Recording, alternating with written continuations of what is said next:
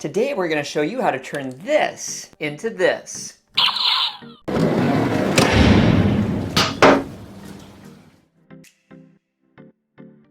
Hey everybody, I'm Jonathan and this is Damaged Darts, where we specialize in converting ordinary Nerf blasters into extraordinary prop blasters from popular video games and movies, and show you how you can do it too. If you like what you see in this channel, won't you be so kind as to smash that subscribe button, hit the notification bell, leave a thumbs up, like, and a positive comment below. Now today is going to be a bit of a long video as we're going to go through every single detail of making this Nerf Star Wars Sith Jet Trooper blaster. We're going to take you through the process of rewiring for the lighting effects, doing the internal modifications with the spring and a few other components, and giving this whole thing an entirely new paint job. So without further ado, let's get started. Alright, so before we get started, I'm going to go on and give you guys a little overview of what I'm going to be doing to this to do the transformation process into the Sith Jet Trooper blaster. First off, of course, will be the cosmetic modifications here, and I'm going to need to cut off this little top thing here, and of course there's some lights here, and we'll get to that later. I'm going to be putting them down further inside here, but I'm going to need to cut that off and then fill that area in with some epoxy. No, I'm going to fill that part in and give it a nice sand so everything blends into one full barrel as it should be without this lump sticking up. So I'm going to take care of that. Then of course we're going to do a little bit of painting, and luckily for this build there's a lot of red here and there's a lot of red on the blaster, so I'll have to do minimal painting on this. Now on the internals, if you see here, when you prime it, that is a UV light that charges the glow-in-the-dark darts that come with this, but I'm going to be changing that. I'm going to be pulling those out, and then there's this lighting. So you get that pulse here and here, boom, boom. Well, what I'm going to be doing is I'm going to take these lights, put them down here. I'm going to put a diffuser material into each side, put the LEDs through here, and then I'm going to be changing those. I believe, let's check that out. I think it was blue, no, red. So these are red. I'm going to be changing those out for green LEDs, and I'm going to change out these UV LEDs for green, and I'm going to wire them in sequence with these lights in the back here. I believe there's a little card when we get this apart back here that makes those lights function. So when I fire it, it's going to do the full light pulse one, so that there's that first hit and then that last pulse. Well, that's going to be pulsing on the end, so it'll light up here, and then the front end will light up lastly as the dart is leaving the barrel, to give it that really cool blaster effect with a green blaster bolt. Now I haven't seen what color the blaster bolt is on the movie yet, but I'm just going to go ahead and go with the green because it looks cool. If I did red, I think it'd be too much red in the blaster, so I'm going to be working on that, and of course modifying the internals for a higher rate of fire. So without further ado, let's go ahead and get these screws removed and open this thing up. Alright, so the hardest part that you guys are going to face on this thing, and take your time, is getting this ring, ridiculous ring off. They literally super glued this thing in place. I've seen other videos where they just easily popped it off. I think it's a camera trick, where they hardly had any glue. They lucked out. This had a ton of glue on this thing, and I had to just go like crazy, and I had to pry from the inside here and loosen it up, and then just gradually tap this little screwdriver with the end of this. I just kind of hammered it and wedged it and just worked my way around the whole thing until it finally broke loose. And then I finally had enough opening to where I could get the big one in and really wedge it open and finally break that glue off to get this thing off. But we're gonna be needing this in our modification because this is gonna be the silver end on that Sith Jet Trooper blaster. So I wanted to keep that intact, and it looks like I did. I'm just gonna do a little bit of sanding on some of that where I kind of bent up some of the plastic with the edge of my screwdriver, and I'll do a little bit of fine sanding here too because we want a really nice clean look overall on this blaster. But take your time, this is going to be the hardest part. Then we undo the screws and open it up, and then we're going to start taking a look at the insides and then removing those parts and get everything prepped for painting. Alright, so here is the inside of the blaster. So we're looking at, there's that card I talked about, that is the sound module, there's the speaker with the mount, and then looking at the firing mechanism here, we've got our piston, the air right here with the spring and the plunger. We have the priming handle which pushes this back, and then that's the catch ring to catch it. and then this is the lever action on the trigger to release it back in. This front end looks very much like the mechanism inside of a Triad EX3 in that engineering, where it's that successive fire. As each dart leaves, it seals off the chamber and goes to the next dart, and so on. You can even look in the back here and see all of those air chambers. And then with the lighting, we've got some those red LEDs leading back here. When I get this apart, I can see where this really leads to on the card.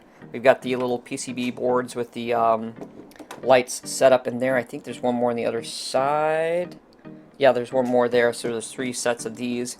And what I'm going to do is I'm going to use the pre-existing boards because they slide into the molding here very nicely in the barrel. I'm just going to take out the UV LEDs and replace them with green, and then move these lights, of course, to the side right here.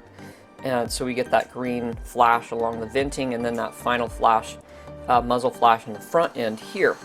So without further ado, let's go ahead and get this apart, and then prep all the shell for painting. So instead of going with a high-speed montage of disassembling this, because there are so many parts here, I'm just going to take my time, and if you want, of course, you can advance forward as we go through this process, but you might want to pay attention and watch through this entire film to know how to take this apart, and then you can even go back and reverse know how to put it back together again.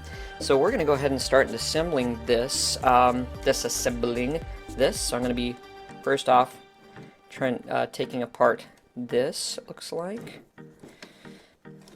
Let's see, I'm going to slide it out here, take a screwdriver, kind of pry this open, there we go, loosen the window up, there we go, and this is the catch ring. Looks like it'll come out primarily in one large piece, and there's the little wire going into the system. There's our LEDs. I'm going to go ahead and take these out because we're going to be cutting in. It looks, again, I know I mentioned in the earlier part of the film that this looked like one piece, and of course it's not. It's clamshell. It just was so tightly seamed I couldn't see that. So yes, I am going to be cutting this part off and then filling in with epoxy putty in here and likewise in the other half of the clamshell, and then doing some really fine sanding, smoothing it out so it evenly goes back together again. It's just going to be, so it'll be a nice straight barrel here, and then just seamlessly go back together. So that's what I'm going to be doing with that part when we get to that. But moving along here, looks like we've got a little bit of melted plastic, so I'm going to be using probably my wire snips here, time to clip that stuff away, and then what I'm going to do later on, I'll just go back in with some hot glue and tack those back in here. So very carefully trying to snip these pieces away.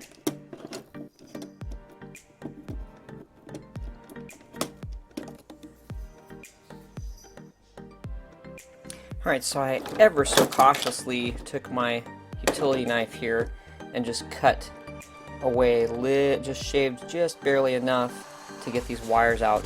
So that's what you need to do for that. Got a little bit of a post here. There's this little plastic post. I'm going to pull that wire out. And we got a little switch here. I believe that primes when that prime handle hits, that initiates, it looks like it initiates those UV lights that charged up that all those glow-in-the-dark darts. So most likely we're not going to need that at all. So I'm going to be most likely just pulling that, but I'm going to double check and test it to be sure, but I think that's what that switch is. And for this build, we're going to not need that. And then I'm going to go ahead and slide these out. Looks like I might have to just add a little bit of pressure here to the plastic mold. If anything, I'm just going to cut it apart because we're not going to use this. I don't want to break these because that's going to come in handy to just replace the LEDs in this. So what I'm going to probably end up doing is cutting out this portion here.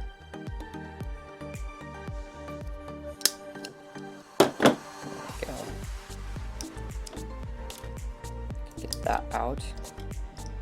And likewise right here. Okay.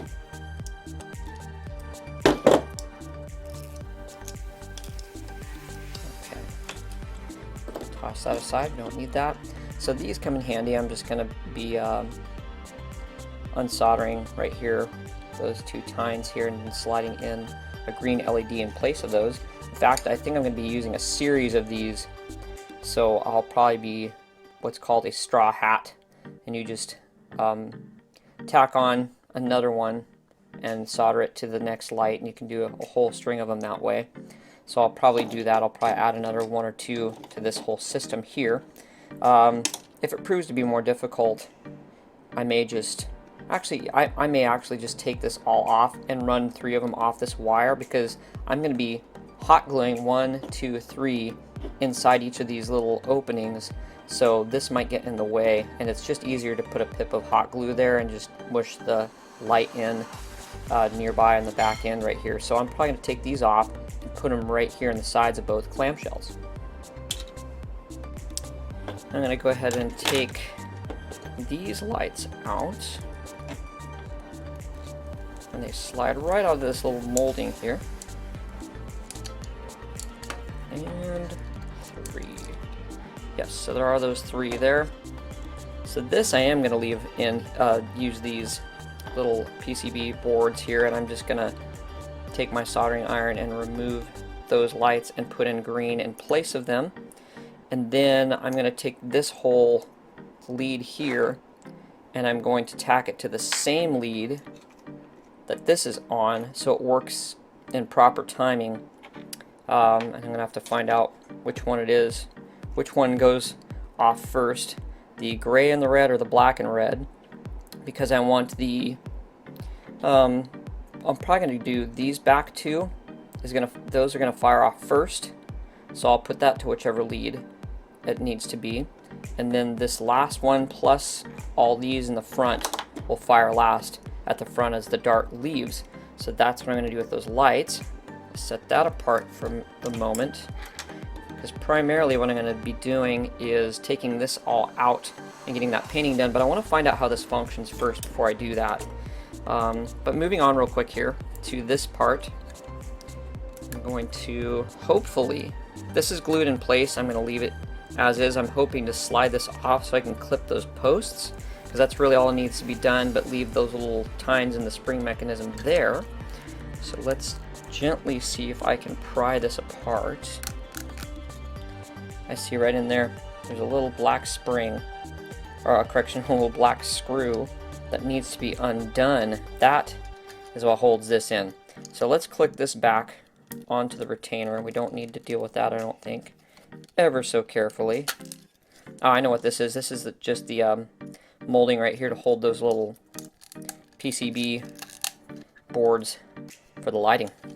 That's what that's there for. So it looks like we don't really have to do anything right here. We can get to it by undoing that screw, which is going to be quite a deal. There's an access door here.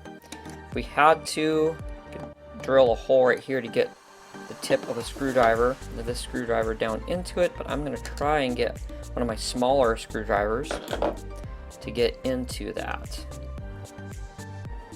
Alright, so I did have to drill a hole. It was just no way with this lip here to get in at an angle to get to that screw. So what you're going to have to do is take the smallest drill bit you have, just make a little pilot hole first so you get it nice and centered, and then go through with a 1/4 inch drill bit, which is just enough for a standard Phillips head to get down in there. So I'm going to go ahead and do that. I already did. Okay, so tap that through here. And I'm going to put that with, always have something off to the side, a little cup or something that you can put your screw in. A little rocking action here, and boom. Okay, so that's how you get it apart. Granted, it's not very pretty here. I'm going to clean it up just with some sandpaper, and then what I'm going to do though is go back in and just fill that in with a little blob of hot glue and smooth it out, so you still kind of have that whole clear diffused piece there, and that's filled in. You can do that. You can leave the hole there if you wanted to, but I'm going to go ahead and just put a little bit of hot glue in there. I do have some clear PLA filament, so I might even 3D print a little plug to push in there, but if you don't have that, hot glue will do fine. So that's how you get that off. And then what we're going to need to do, looks like we're already into the modification, might as well go with it while we have this open, is get rid of these posts. We're going to cut those off. So just a pair of scissors, or these are the best, some kind of snips. Get the pincers around, push down on the spring here, because you want those to stay there. And then just slide your snips over the top here, clip, boom, and they fly off all the time.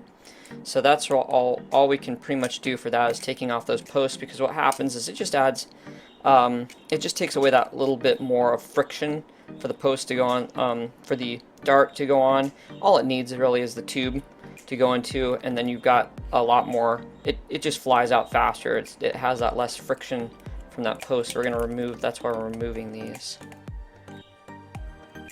Again, be very careful that you don't cut off those springs. Those are very important to keep. That one. And number 3.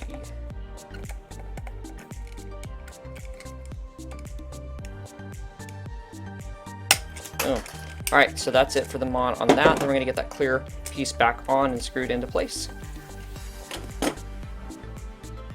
Alright, so I decided to do a little bit of sanding while I had everything out here. So I took a medium fine grit sandpaper.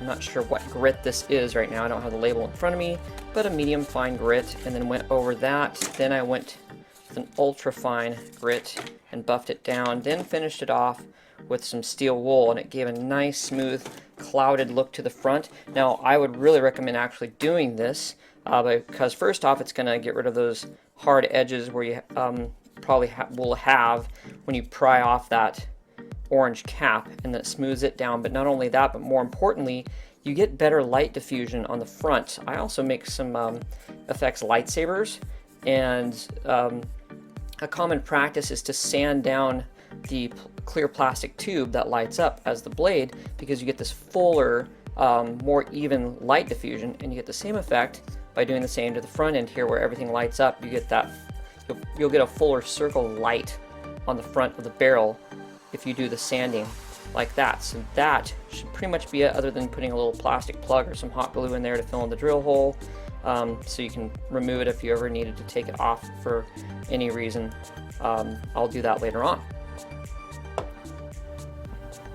So let's give these lights a try and find out what happens. I'm assuming this trip switch, yep, when that's pressed, turns on those UV LEDs, so we're not going to be needing that for this effect.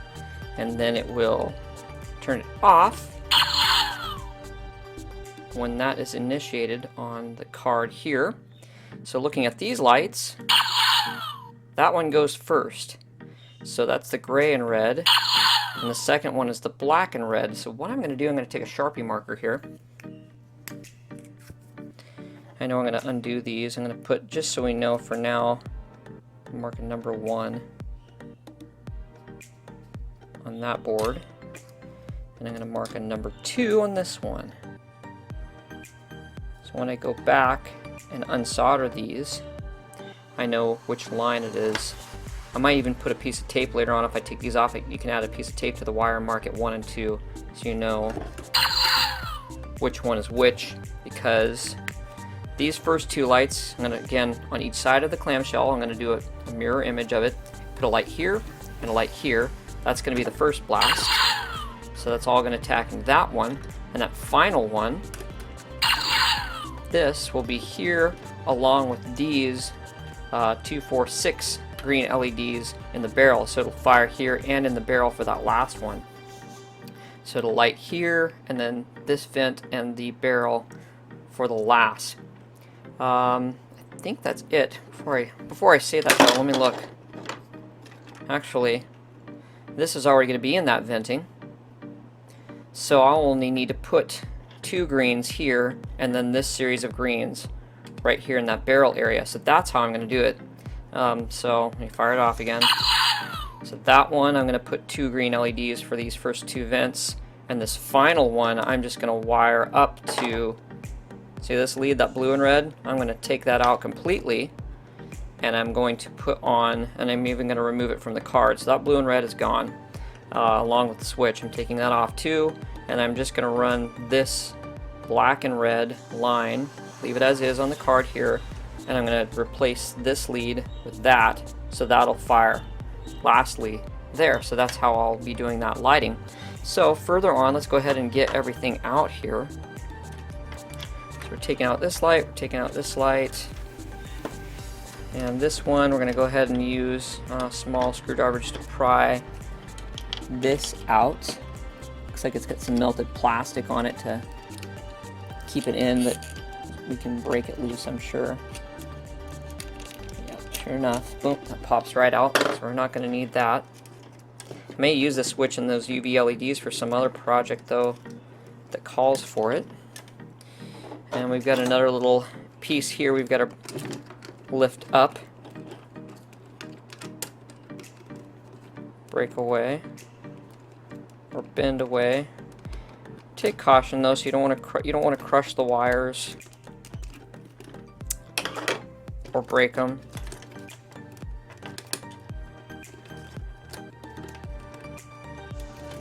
Might use a flat head for this. There we go, just to kind of ply that away. Alright, so now we got that loose. Take these wires out. Massive bundle of them. And out of that track. Be working with those later.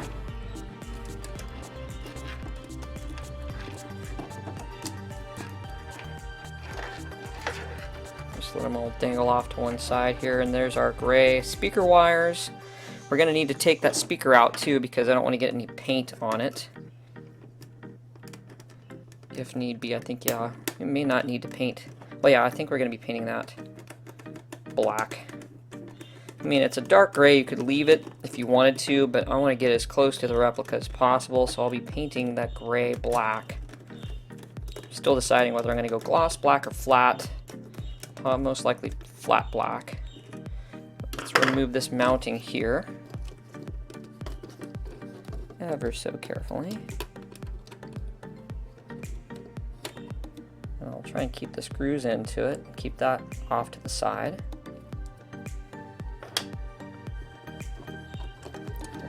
Our little speaker can come out. You can also replace this. It's a good sound, quite frankly.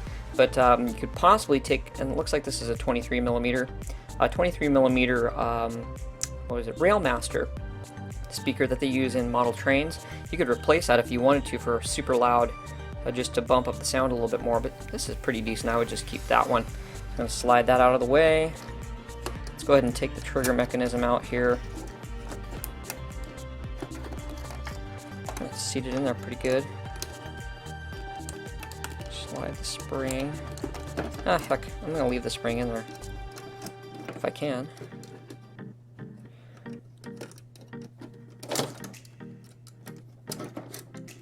Just work it back in later. I can just tape over that to protect it because it's pretty snug in there. So I'm just going to put some tape over it when I get it ready for painting. Looks like this is going to make it a lot easier actually, because this gray molding clips in here. When you have something separate like that, it makes it a lot easier. We're going to be keeping that part red, but then I can separate all this out and paint it accordingly. So that's going to help a lot. Looks like we got a little retainer clip here. Again, with those little tiny ones, be very careful because they're fragile. They want to break. So slides off that little post. Sometimes it'll melt the plastic there, and that makes it very difficult. Or not necessarily, just a little more challenging. Got it off that post. It looks like there's a grounding here. So I'm going to need to get my soldering iron turned on and just melt that to remove it temporarily. Yeah, I probably should. So I'll solder that off and remove that to get everything clear, all the electronics and everything clear here. Looks like we've got a ground here also. I'm going to need to unsolder momentarily and then put back in. Alright, so I'm going to take the soldering iron here and just unlink everything, but before I do, I better take the batteries out. Let's get those batteries out real quick here.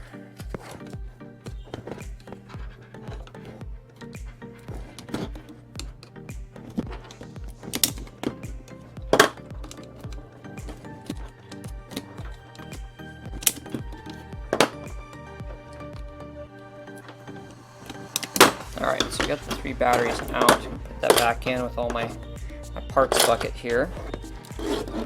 Now, I can work on taking my soldering iron. Now, if you don't have a soldering iron, chances are you could just bundle this stuff up inside here and just put a lot of painter's tape. And of course, you know, leave your lights the way they are, the colors they are. That's fine. If you don't have that, there are other ways to do it. But they are pretty cheap and easy to learn to use, and I will leave a link in the description where you can get a soldering iron to do all that work. But you can just leave the UV LEDs if you wanted, and just wire them up as we're going to later on in this tutorial, just to keep those colors and just have a cool effect with them. So with that said, I'm going to go ahead and take my soldering iron and remove this card here. First off, I'm going to go ahead and take off this grounding wire. There we go. Just remember to put that on later. We've got it loose here. Looks like we've got these 2 soldered together.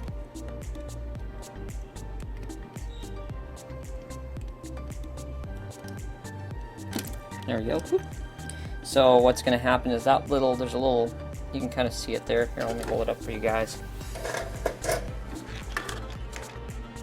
There's that little U shape right there. That's going to have to go back onto that post, and it looks like there's another contact. They're all soldered together, so that's what you're going to need to do, is slide that back in and add a little bead of solder, or just use the remaining to melt it back together. But we've got that loose.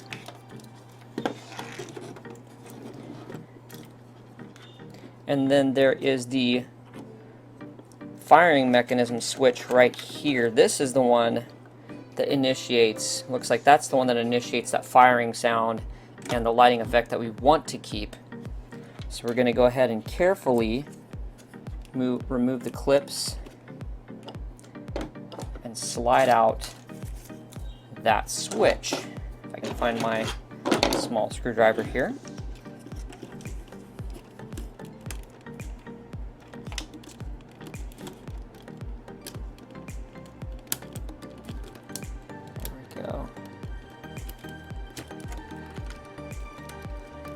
There we go. So there's our module. That's our trigger. Looking at it. Wires to those 2. So we'll get to that next when we get to the wiring and modifications, because we're going to need to take a couple of wires off here and make sure everything is networking correctly. But for now, we're going to go ahead and put that whole electronic system to the side. And I believe we've got it all cleaned up. Let's go ahead and take apart each of the components of this clamshell. Alright, so like I said earlier, much of this is already red, so that's going to serve us well, as the Sith Jet Trooper Blaster is mostly red, so we're going to do very minimal painting. And again, this serves us well because the clamshell comes in pieces. Now, before we get started on these little wedges, make sure you remove this little screw here. So we're going to be taking that off. Looks like it's one of those built-in washer styles screw, so you'll know which one to put back later on when reassembling this. So we're going to take that out. Then we can get to separating these pieces. Okay, off to the side. And then just taking a small flathead screwdriver, or a regular one works fine, I think, too. If I can find it. Oh, there we go. And just working your way around with those wedges.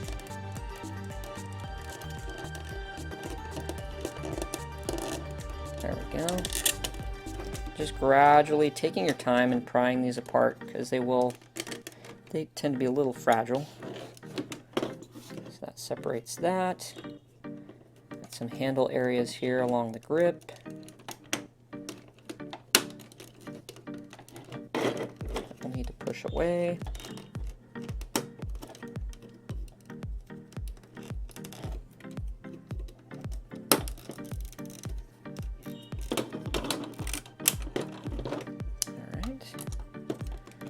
There, we've got that one there.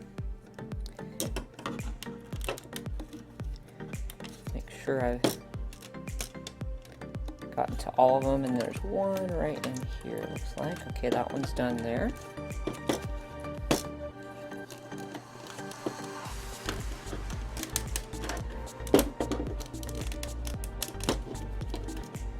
And I did take this piece also off. It slid right here. We're gonna just keep it as is. That's red in the build, so that makes that easy. It seems to want to bind up right in this edge here, so take caution on that. That's kind of around the battery case. So I'm gonna take a small flathead screwdriver, just kind of wedge up in there to get that to loosen up.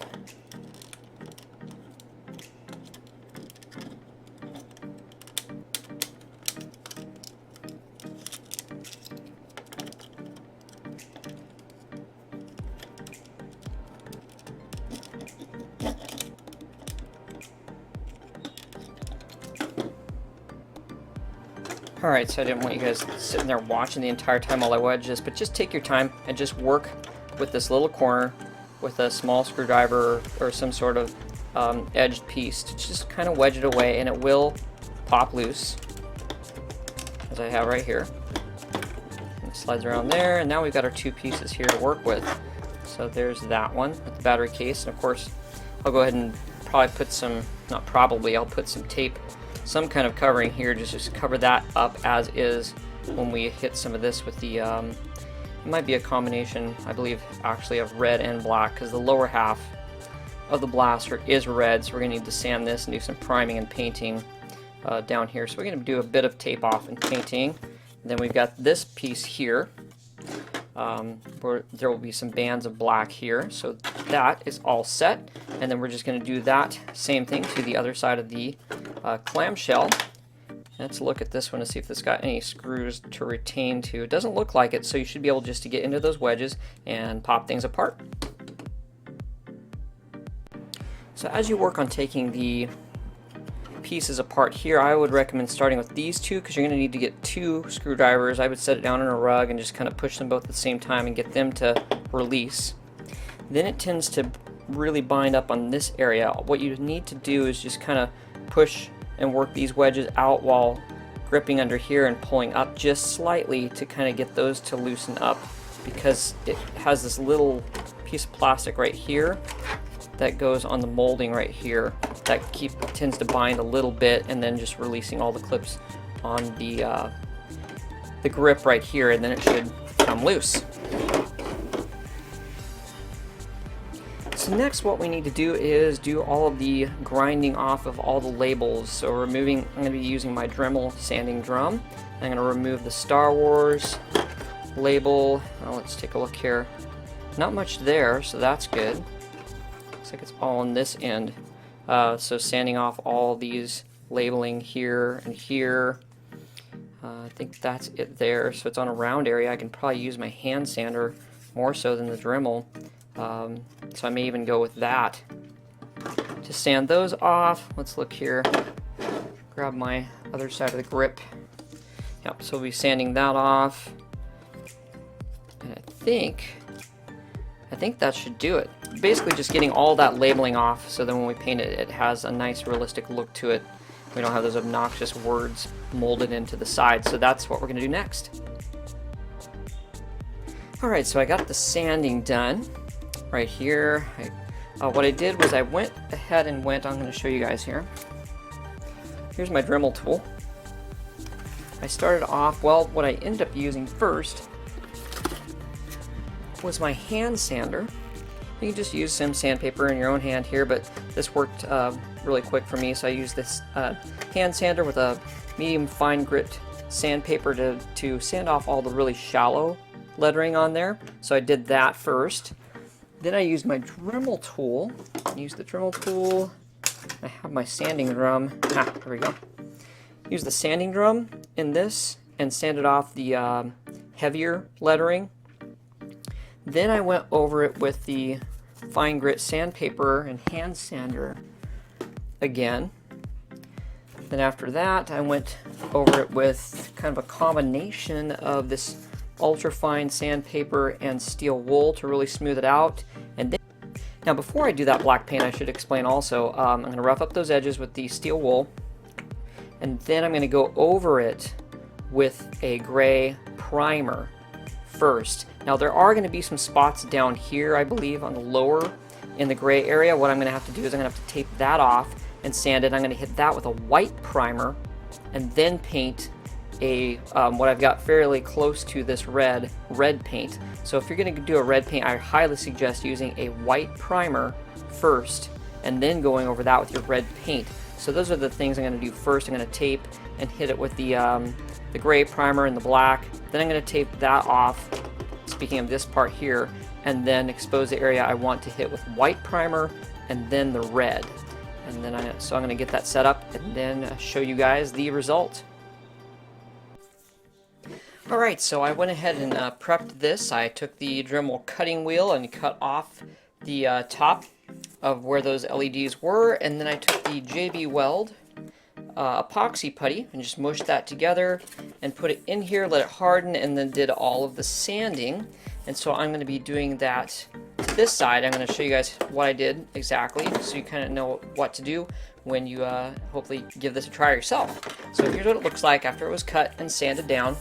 And I have this big gap I've got to fill in. So I'm going to take this two-part epoxy putty. Got another tube on hand if I need it, but I think I've got enough in this last bit here.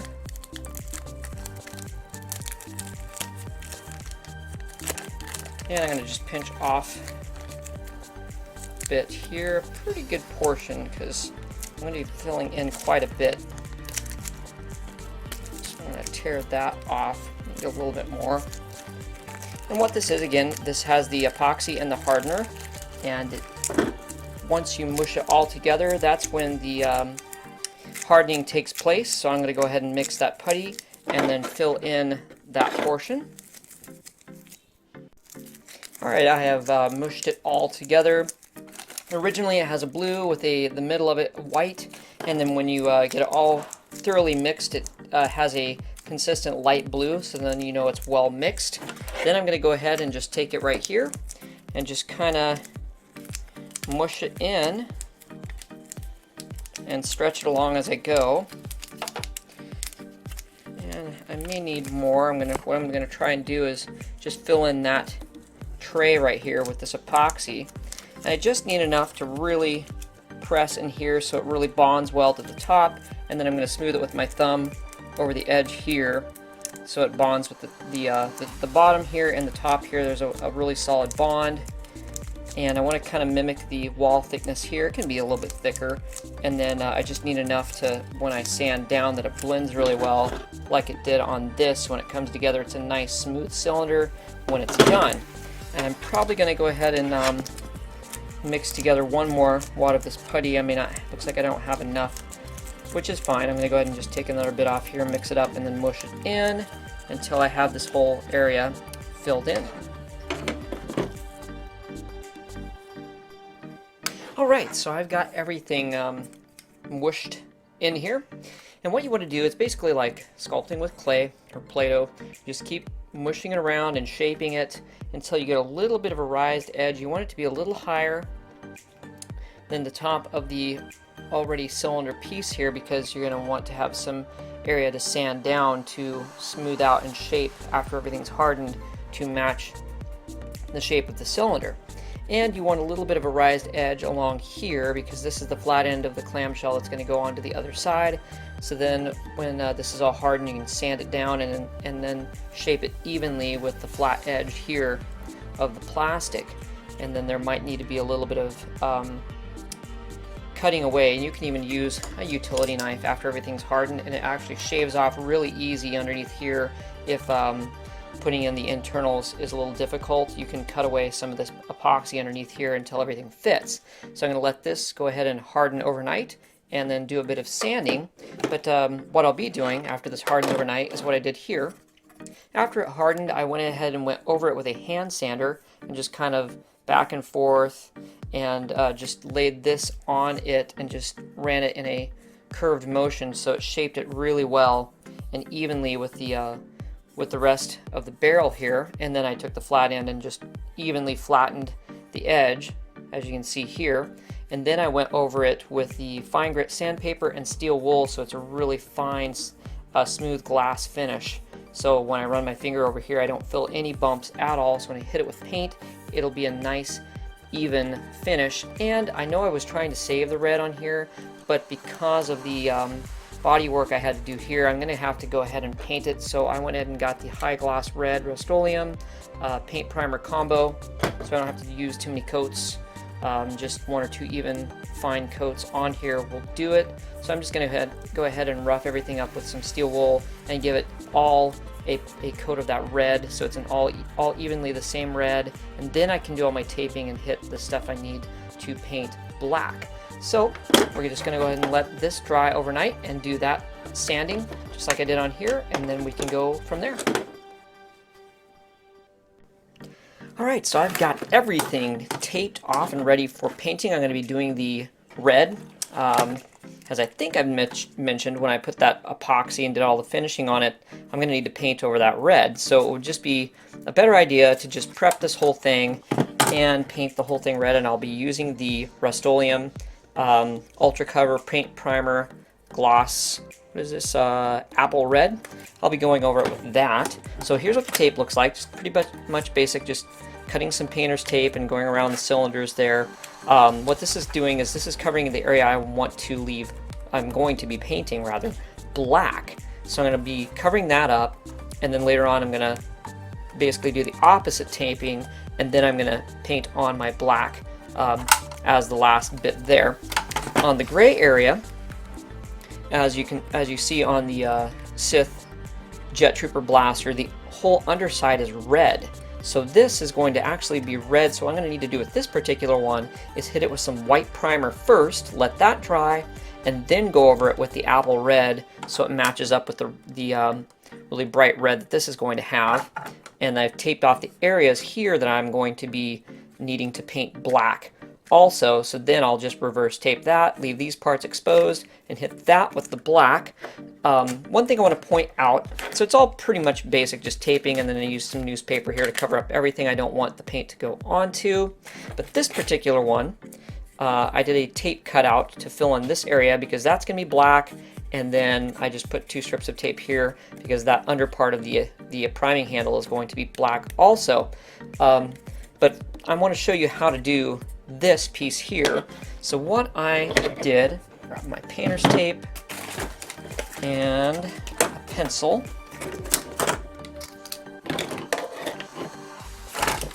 If I can find it. Alright, so I'm going to take some painter's tape and a pencil. I'm going to get a piece of tape here off my roll. And we're going to just place it over this indentation there and just really squish it down until you see the shape. That's what we're going to be doing here. Then I'm going to take my pencil and just kind of rub along the edge here, kind of like what you would when you go outside and take a piece of paper and a crayon and set it over the tree bark and rub over it, and it gives it the texture of the bark. Well, we're kind of pretty much doing the same thing, and just getting the outline of this space. Just take your time, make sure you get a nice solid outline so you know where to cut, because then we're going to peel this off. And there it is. I've done this in another tutorial before also. And then you just take your scissors, cut that out. You might need to do a little bit of trimming inside, just a little thinner, because it's got that little ledge there. and then it should press fit in pretty well. I've got a little bit covered here. I just used the end of my pencil after I pushed this in to just kind of rub that tape into the edges there to get a good seal. So then when we do the other painting, paint off everything and then leave that exposed, it'll have a nice full coverage of black on it. Alright, here it is, all painted and ready to go. I removed the tape here, as you can see, and there's that epoxy there. Turned out excellent, and then again, like I said, I did the taped it off. I hit it with a white primer first, being that this is a dark gray, and then hit it with the red, and that turned out awesome as well. So now what I've got to do is paint, tape off the red, and then have these other areas exposed to put on the flat black.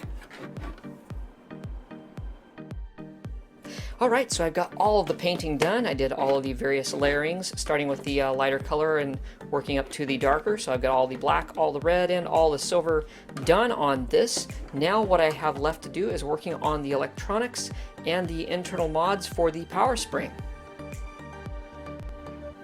Alright, so referring back to earlier when we took this whole thing apart in the electronics, now I'm going to be replacing some of these lights. Now I've already started on these two panels here. I replaced the UV lights with bright green, and I'm going to show you how to do that with this panel here. The next thing I'm going to do after that, though, is this. When we marked those 1 and 2, these are the lights that were on the top right here in that little red window that fired off, 1 and 2. Those are going to be the pads on this card that we will use. We're not going to use the UV LED piece, so this blue switch right here is right there. We're going to unsolder that and remove that completely because we're only going to be using this gray switch. And so back to those lights that fire off. This one that we marked, it looks like the gray and the red wire. That's the first one to fire. Well, these I'm actually going to split into 2 sets of 2 green lights. So I'm going to unsolder it here and have a gray and red wire going off to this side of the clamshell, right here and here. We're going to have a green LED light here and here.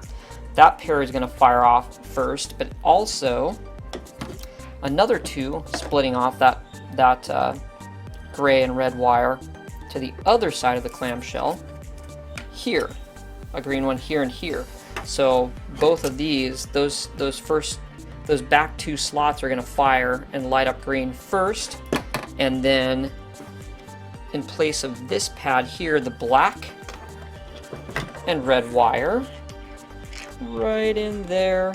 There's the negative. They both share a positive right in the middle here, but I'm going to take that one off and replace this set, the blue and red wire. I'm going to take that off and replace this one with this. So that's going to be the last to fire, and I'm going to chuck that and use it for some other project. So the result I'm going to get after I swap those out, when I prime it, nothing's going to happen where what happened before was those UV LEDs would light up to charge the glow-in-the-dark darts. That won't happen. So when I prime it, nothing will happen, but when I initiate the trigger, it'll hit that short switch, and it's going to fire green here first, and then right after it, green here on the end of the barrel for that muzzle flash as the dart is exiting. That's the effect that we're shooting for, and rewiring this will get that desired effect. Alright, so now to show you how to swap out these LEDs. These clouded ones right here were the current UV LEDs. I'm going to be popping those out and replacing them with these clearer, which are the green LEDs. Now I've got everything you see here I will have gotten on Amazon.com. So even this is called a hands-free rig for soldering. This is a very, very major super handy tool that I highly recommend, and you're going to need a set of these to do a lot of electronics work. I've also got an assortment of colored LEDs, 5mm LEDs. These are on Amazon.com as well. I'll leave the link in the description below, and all the tools I use, an assortment of LEDs, and I'm going to be using the green LEDs. I'm going to take one here, and I've also pre-cut one, but I'll get to that part later. You'll see a little bit about the LEDs. The longer tine is the positive feed and the shorter one is the negative. And if you're ever in doubt, you can see there's this little line, this diagonal separation going through, and there's a little tiny triangle to the right here. That triangle is going to be your positive. So you'll know whatever tine feeds into that, that's the positive, and the other side is the negative. If you ever clip these down and you're wondering what to do. But another thing you can also do before you trim them is just to mark the side of the LED with a red on the positive side, then you know which is which. So I'm going to be trimming these down to really short ones, as these ones are, and I'm going to be doing a little bit of soldering to those. So I'm going to let my soldering iron heat up and get started on that. Alright, so I've got the iron heated up, so I'm going to go ahead and take these and flip them upside down and put them in my hands-free, or helping hands rather, that's what they're called, helping hands rig here.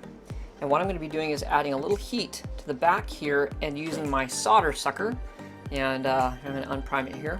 It snaps. That creates a really quick vacuum, so I click it to prime it. And what I'm going to do is I'm going to put the tip of my soldering iron here, heat that solder up, and push the button, and it's going to vacuum off the existing solder. That's going to allow me to much more easily remove the LED. Another way you can do it, if you don't have one of these, is just basically get some needle nose pliers, which I'll probably end up having to do anyway, and gripping the LED right here, and then adding heat to those tines and pulling down, it should come loose and come out.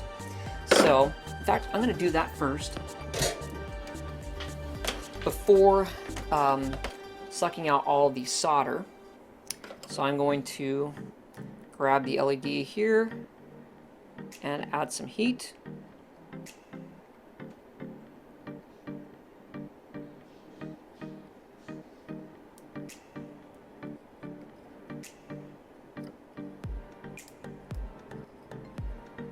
Gradually work that out.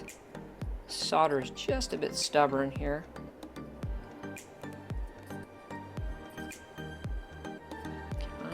There we go. Now we've got it loose. I'm going to set that aside, and I'm going to use those. Those are really good UV LEDs. Keep those for another project. I highly recommend that. I'm going to prime my solder sucker here, add a little heat, and just take the rest of that off. There we go. What I'm looking for is just opening those little holes so that I can push the LED back, the new LED into the board. That looks pretty good. I'll show you guys what that looks like. See, I've got two little holes there that I can push those LED tines into from the other side. So now, having done that, I have one pre-cut here. And like I said, just look for that little tiny triangle. And that is going to be your positive feed. And I've got the marker here, there's a little plus right there.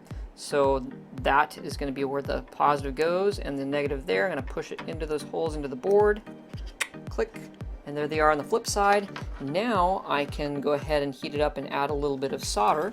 I've got myself some soldering MG Chemicals, no clean, 0.032 diameter, 22 gauge, 2.2% flux soldering wire here, and this is off of Amazon.com also. I'll put a link in the description for that. So all I need to do is take a little tip of this and my soldering iron. We're going to add a little heat and pip in some more of that solder. There we go. Same thing on the other side. Heat it up. There. And what you're looking for is a nice shiny solder. You don't want what's called a cold solder where it's kind of gray and dingy, but if you keep that tip on there and keep everything nice and hot and get a bead of that in, it will weld together very nicely. So I'll show you guys what that looks like. Just two little Hershey Kiss tops right there is what you're looking for. And you've got that one all set, so I'm going to go ahead and do that to this one, and that will be finished. And of course, that's what I did to these other two, and that takes care of the replacement lighting to the green LEDs.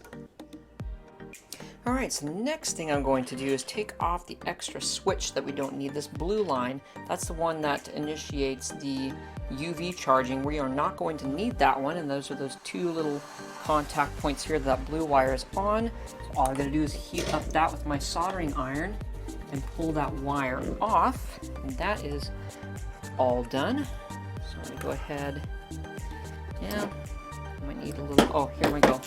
This little clip that it's kind of woven behind. Let's get that out of the way first. Get them both out in the front, because then I can just kind of give it a mild tug. Have these both come loose. There we go. So I got it out of that little portion there, and I can just heat those up and pull the wire off. There we go.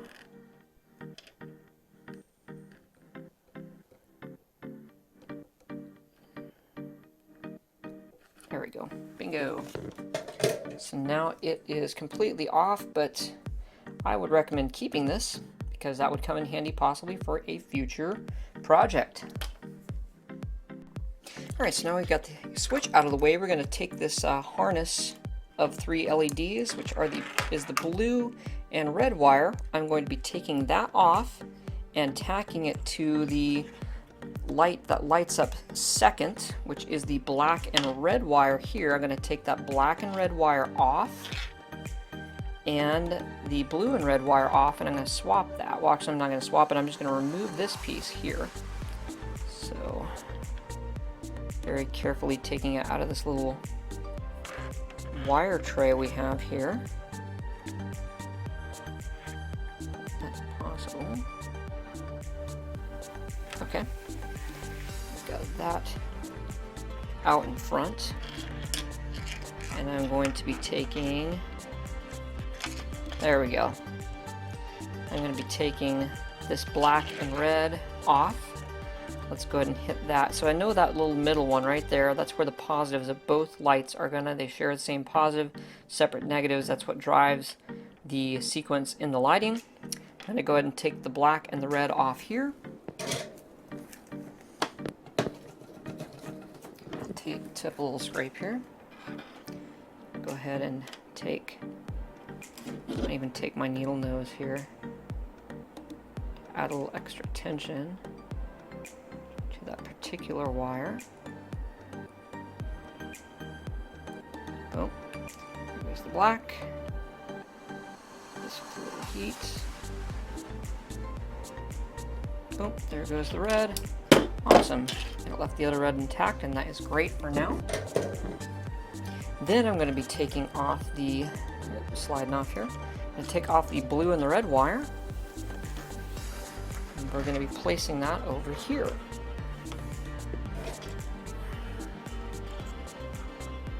Let's take these off.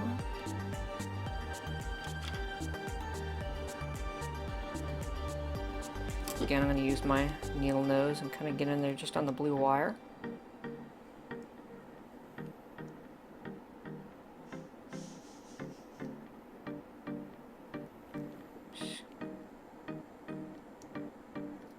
There we go. And then we can focus on the red.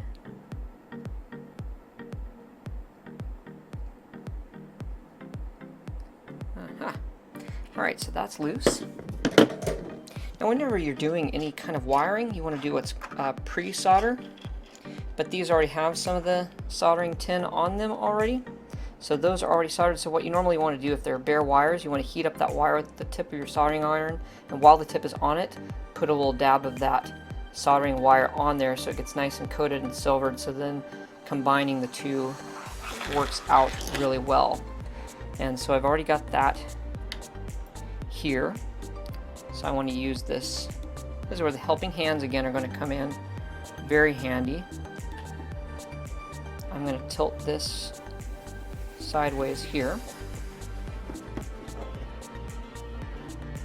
And then get these wires situated. So then I can just focus on adding the heat and the solder to have everything to go together really evenly and cleanly.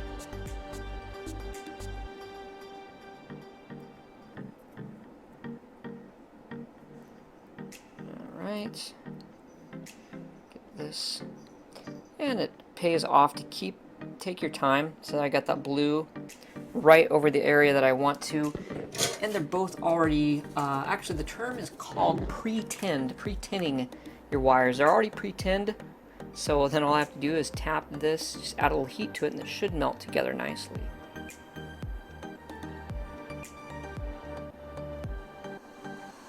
And then you should be able to give it a tug and have it stay on there. Yeah, that's very solidly welded in. It looks good.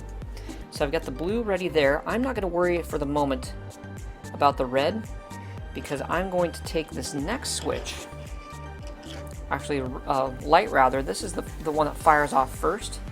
That's right here, that gray and that red wire.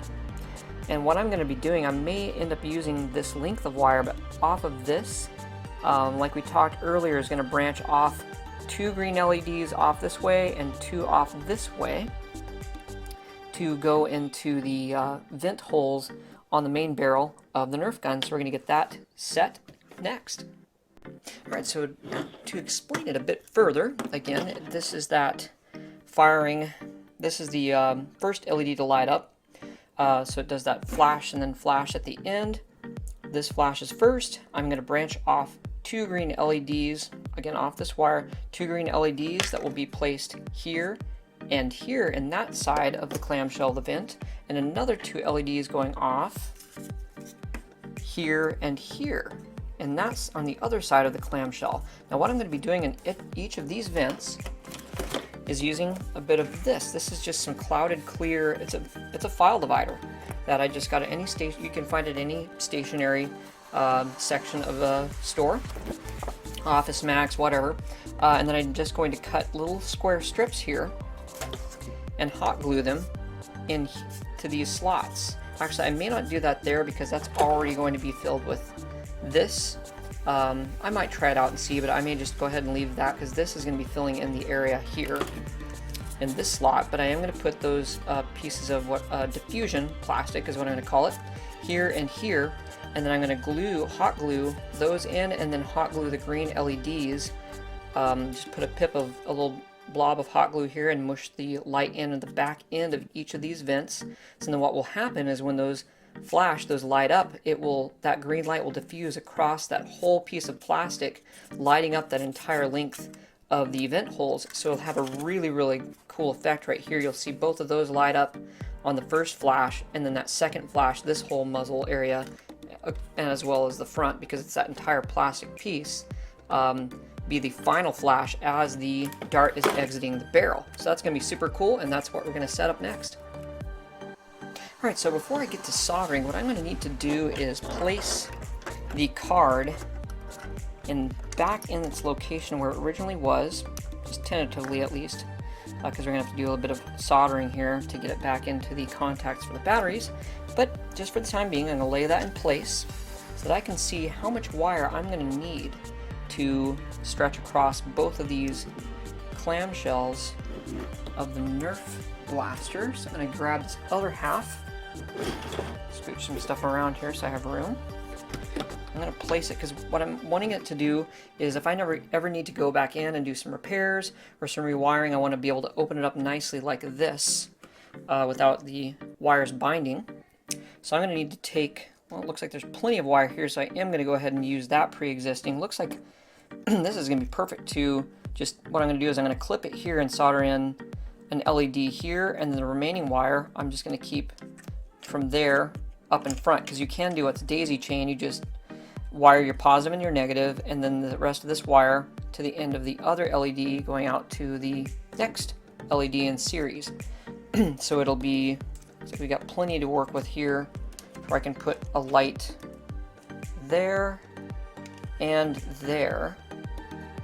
Then what I'm going to need to do is take some wire here and have it long enough. Actually, what I can do is, and I'll probably do that, is I'll just branch off a little bit of wire to go up over the top here for those next wires. So we'll have this long one here, and then I'll have it clipped here, and I'll wire in 2 LEDs here, and then have another piece of wire soldered in here to go over the top to these 2 lights, so that when if I need to take it apart, when I open it up, it'll just hinge on that wire right here, nice and neat, and everything intact. So that is how I'm going to wire it all up. Alright, so I've got the plastic diffuser pieces put in here.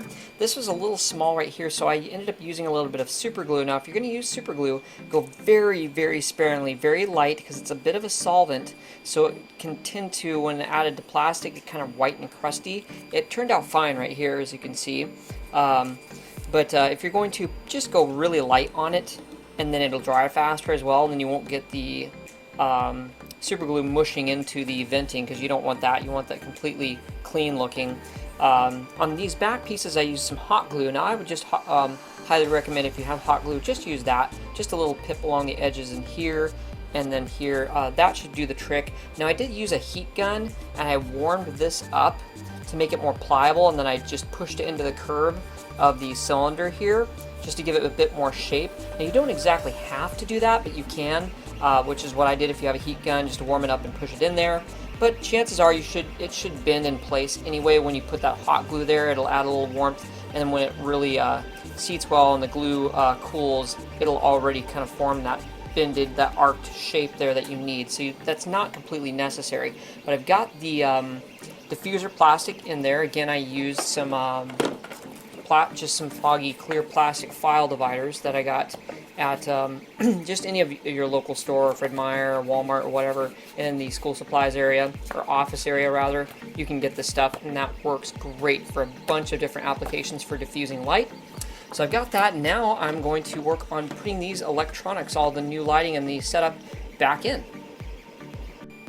Alright, so first off, I'm going to get this card put back and soldered in place. So I'm going to go ahead and just get this worked in just carefully, and then back onto that mounting there, and I'm just going to add a bit. I don't know, there's a lot of solder there already. I'm probably just going to end up heating that up, and that should solder it right back together. And then adding this end, this black wire, soldering that back onto the tip here. There's an opening. Yeah. Right there, I can just set that in place. Add a little bead of solder to that, so I'm going to solder at this point, solder right in there, and then add a bit of solder there, and that should be ready to go. And I can get the speaker put back before I set this in place here. I should be putting the speaker in, because it comes out at this point. I need to put that back in and put the cover mounting back on. So that should be done first. Then I'm going to slide this piece back in again, and back over the post. And I think that little switch goes over here. So actually the switch, I'm going to get this post back on first. Okay, so that's there. And make sure that this gets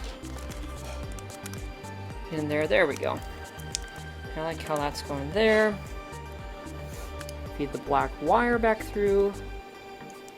And the switch goes right here, because the trigger mechanism has a piece that goes through that spring and trips that switch, which starts the sequence of the lighting flash in the muzzle. Kind of push that in there. Oh, I see. There's a little post right here.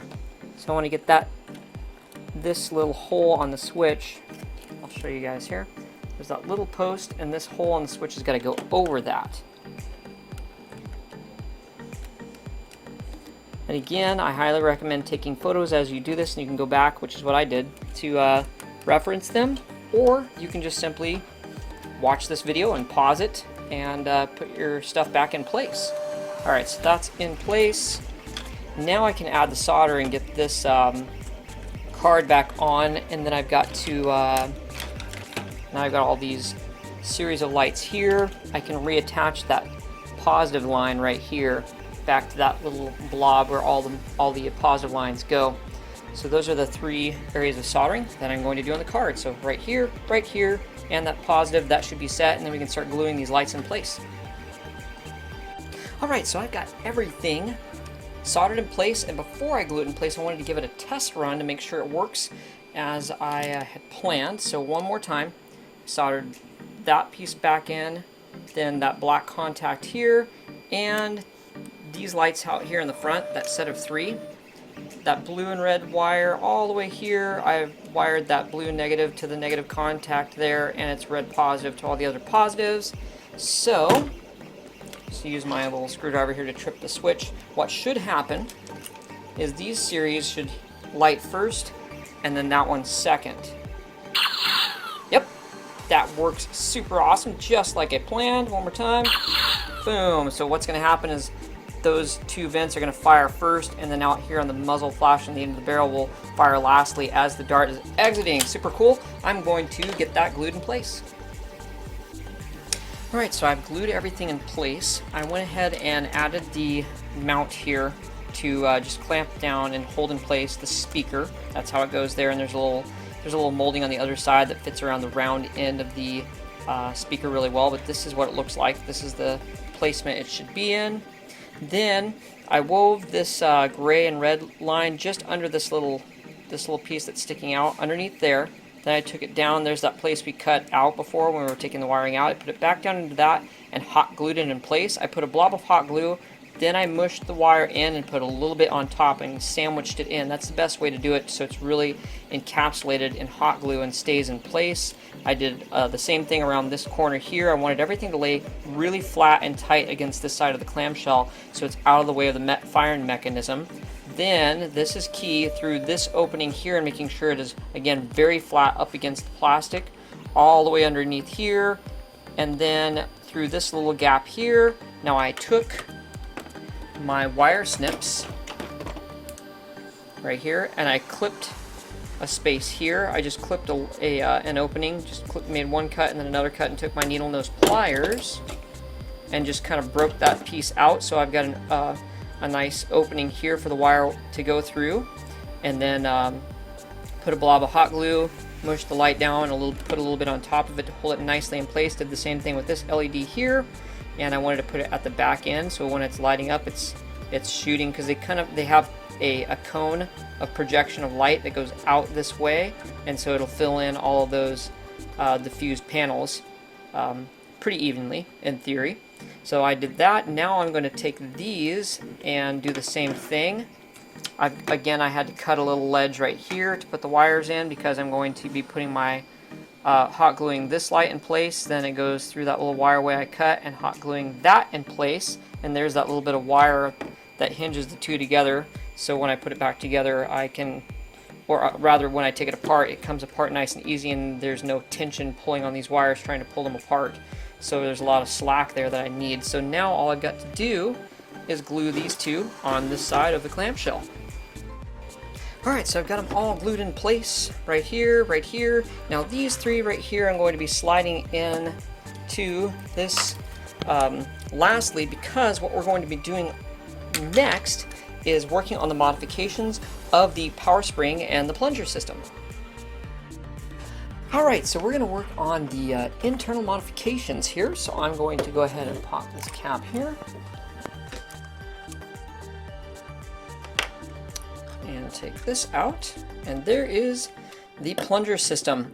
And this is the O-ring, and we are going to be, let's see here, yeah, it's very, very loose. It's probably going to need about 2 or 3 wraps of this T-tape or Teflon tape. You can get this at any local hardware store, most likely in the plumbing section. We're going to put some wraps underneath this O-ring to expand it for a tighter air seal.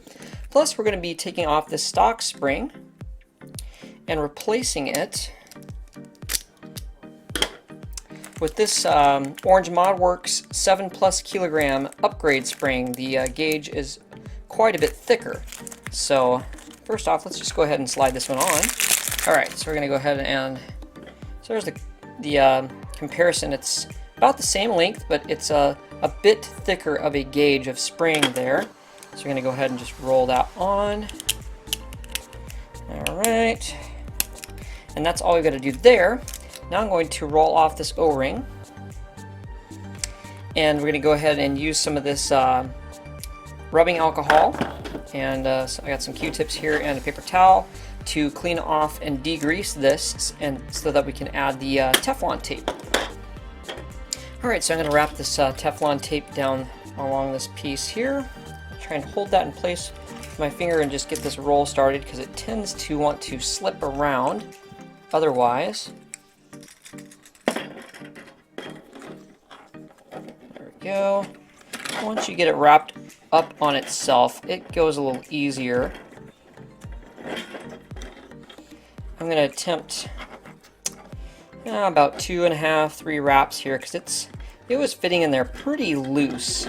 So we're going to want to go for a much tighter seal. Now take care when you're doing this that you don't put too much and it's too tight of a seal, because what tends to happen then is it serves as more of a brake than anything. There's too much friction and it doesn't slam fast enough. So you want to find balance of getting a nice air seal, but still having a nice smooth fast movement, because you want it to slam fast and push as much air as it can through those openings when it's ready to fire. So I'm going to continue around here. Alright, I don't have my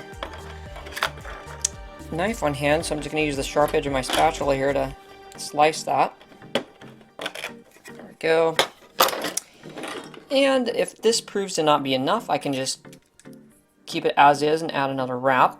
But this should be about 2.5, 3 wraps of T-tape. Let's go ahead and roll this back on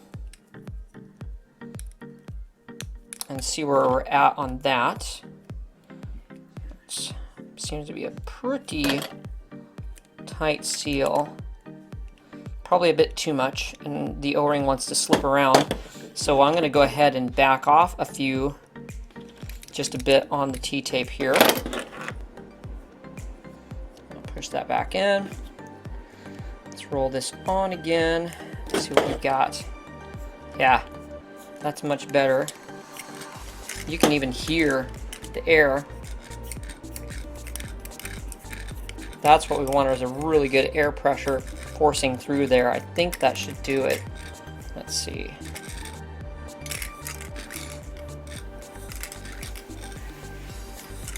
Yeah, I'm going to go ahead and go with that. That seems to move pretty smoothly and slam really fast and push all that air in. So a combination of tightening this O-ring inside the tube and adding that upgrade spring is pretty much it, except for what I'm going to do next is I'm going to get a little bit of just some Scotch tape, clear Scotch tape, to cover up these little holes around here. Now I don't know that that's going to matter much, because most of the power happens back here, but just to be safe, I'm going to go ahead and pre-clean this with some rubbing alcohol, just in case there's some grease on there. Put some tape over it, and that should do the trick. You could probably use some painter's tape, duct tape, whatever you have on hand, but I'm going to keep, I recommend if you're doing the lighting system like I am, to use just a bit of the clear Scotch tape to cover that up, and then we should be all set. Alright, so I'm going to put some tape on here. Just a bit of Scotch. In fact, I'm going to get a smaller piece. I don't need it that big. Just using some Scotch tape here. Tear that in half. Need just a bit to go over this. Tape over that hole. And over that hole. Actually use a little strip of this piece here. And it was that one, that large one. Tape over that hole. Okay, so now we've got that. One other thing I'm going to do is, I almost forgot, so I got some white lithium grease. We have some Orange ModWorks white lithium grease from many a kit we have purchased, but you can get white lithium grease at any local hardware store. Again, most likely in the plumbing section of your hardware store, and that would work just fine. So we're going to use a little bit of this. Reason being is I cleaned a lot of this off with that rubbing alcohol. We want to put some more grease back onto it. So I'm going to add a little rim of lithium grease to the O-ring itself, and more of it. In fact, I'm going to add quite a glop of it here inside of the plunger tube, so that we get a lot better movement and less friction inside here. So I'm going to add more of that. That should probably be plenty. It doesn't take a whole lot. Yeah, that's plenty. Really grease it up there. So now I can go ahead and push this cap back on. Let's see here. Oh, it's going to go the other way. Actually, it probably doesn't really matter because I can just twist it until those little pieces fit in and it's ready to drop back into the clamshell. Okay, so just to spare you the extra time in the high-speed montage, I'm just going to show you most of it already installed. If you want to go back on the video and watch towards the beginning when we take this all apart and just kind of use that as your reference, that works great too. But I went ahead and dropped everything in very carefully. I just went ahead and made sure all the wires were kind of laid down in all those open spaces, basically following that area I had hot glued.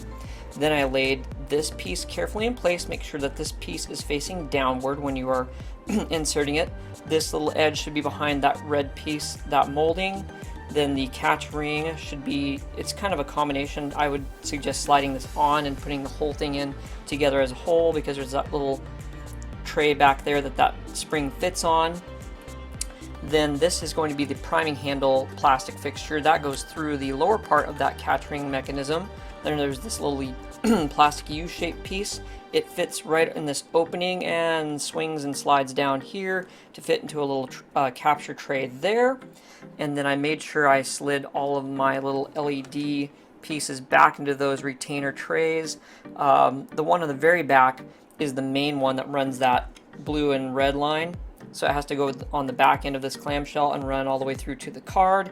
So that one's put in that backmost piece here, then in sequence the next one and the next one, and then that wire just drops nice and easy back behind and sets back behind this opening area, and it is not squished. So that is the main setup of everything. Now we're going to go ahead and add the I took the handle back apart now that I have it painted, and we're going to be inserting this as soon as we get the clamshell back over. We'll be inserting the priming handle and this back cap here, and to finish off this loop here, and we should be pretty good to go. One other area I forgot to mention before putting in this priming handle, make sure you put the screw in right here. So I'm pulling back the priming handle right now so that I can get to that screw opening and putting the screw in. It is possible, it's a little bit of a pain. You got to kind of multitask here, but I'm going to go ahead and I'm going to switch to this one here and then screw things in. So yes, before you put the priming handle in, make sure you put this screw in first. That's pretty key, then you don't have to deal with it later on, as I am doing right now. So I'm going to go ahead and now I got that in place, finish up the rest of the screws. Alright, so as I was putting it back together, I ran into a bit of an obstacle. One thing that you might have a problem with is these two wires that bridge over here. When you put it together, you might tend to have too much epoxy here, so you might have some bulging, and take very good caution. Luckily I haven't cracked it yet, but if you really force it down, you could crack the epoxy that's right here. So what I'm going to need to do is I'm going to use a combination of sandpaper and a utility knife and just sand and thin this area out, because let me make sure when I put it together, the wire wants to collect right about here, and I have a lot of epoxy there, so I'm gonna have to shave a little bit of that down, then everything should go together smoothly. Alright, so I've got everything back together, but now I am ready to put on this end cap. Now it is very important, otherwise you're going to be extremely frustrated, that you line up. We'll see those little circles, those little posts right there, and right there, pointing with my thumb there, those have got to line up just right. If you look on here, there are two narrow ones right here. These two, there's two openings right here and here that are closer together. And you'll notice the same way, there's two little pins right here that are closer together. You're going to need those to line up. And then everything, once you have it lined up and matched, it will slide on nice and neat and seated. So you got to be sure and do that when you are putting that piece back on. Alright, time for the crowning glory, the scope. Now I modeled this and designed it and 3D printed it. Now if you want to, you can just model your own, and if you have a modeling software and a 3D printer, it's pretty a simple cylinder setup. This is basically a DL44 type style scope, and I modeled the mount here, and the dials, they just clip in place. The end caps clip in place. This slides through. If you are interested in purchasing one of these kits, just leave a comment below and email us at summit, SUMMIT creative. I'll put that up here. There's the email. You can email me there and let me know if you're interested, and we can get you set up with payment and shipping. Otherwise, you are free to model your own if you want. You have a 3D printer and software, you can model one of those, but be sure when you're modeling the mount that it is narrow enough to fit in this space and then slide on to the Picatinny correctly, and that's how. Alright, so there is fully in place. I just went ahead. I needed to, what was essential is grabbing it on both sides and getting an even pressure, especially with it, you know, the paint right there, so it's a bit tighter of a fit, so it's best to slide it on with using two hands and sliding it on, and it gently came on, and so that turned out incredibly satisfactory. So now all we've got to do is try this thing out. Alright everybody, so we're out here in the hallway to try this thing out after the modifications. But first off, I am very pleased with the way the lighting turned out. With that light in the first two vents and then the last one, and then finishing with a really super bright green blast out the front with the darts coming out. That is just the way I planned it with the electronics inside. Very pleased with that. On the internals, we upgraded the spring to a 7+ kilogram spring, T-taped the O-ring for a better air seal in the plunger, and then clipped off the posts to reduce the friction on the darts as they are leaving the barrel. And I think that's pretty much it, but I think the results are going to be super cool. So we're going to be firing downrange at our DIY Nerf target. If you haven't seen our tutorial on how you can create your very own, just click the card here and check that out. So one more thing about this is because of the more powerful spring in here, you're really going to have to prime that thing firm all the way down and all the way up. So you're going to have to muscle it a bit to get that fully seated in the catch ring before firing. But without further ado, let's give this thing a try.